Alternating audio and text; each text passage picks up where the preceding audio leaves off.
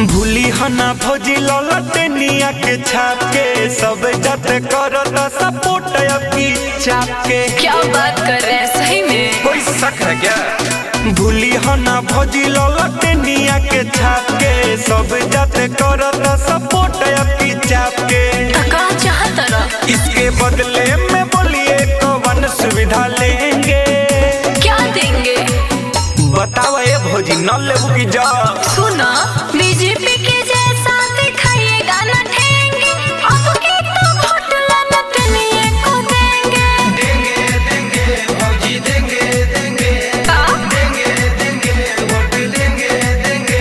अच्छा तेजस्वी जिंदाबाद जिंदाबाद जिंदाबाद, लालू यादव जिंदाबाद जिंदाबाद जिंदाबाद, ललटेन छाप जिंदाबाद जिंदाबाद जिंदाबाद, ललटेन छाप जिंदाबाद जिंदाबाद जिंदाबाद। मोदी जी के राज में ढोता सबे टोकरी, जीती है तेजस्वी घरे घर दी है नौकरी। बिल्कुल सही कहता रहा। लहई सुना अब नहीं आईब हम के हो के बात में, लेके ललटेन प्रचार करब साथ में। सबके सेवा में हरदम लालू जी रहेंगे। जय हो। साफ साफ बताबो एकरा के वोट देबू। सुना बीजेपी के जैसा दिखाइएगा न ठेंगे, अब के तो वोट ललटनिए को देंगे। देंगे देंगे भौजी देंगे देंगे देंगे देंगे वोट देंगे देंगे।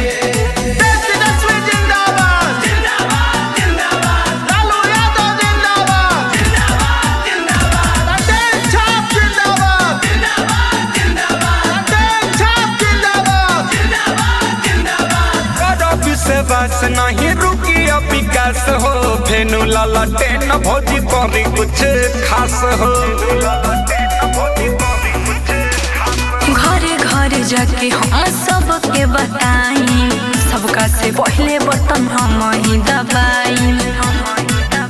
केहू के सीखवला में ना अब पड़ेंगे, कसम खा के कहिए किसी और को नहीं देंगे। सुना बीजेपी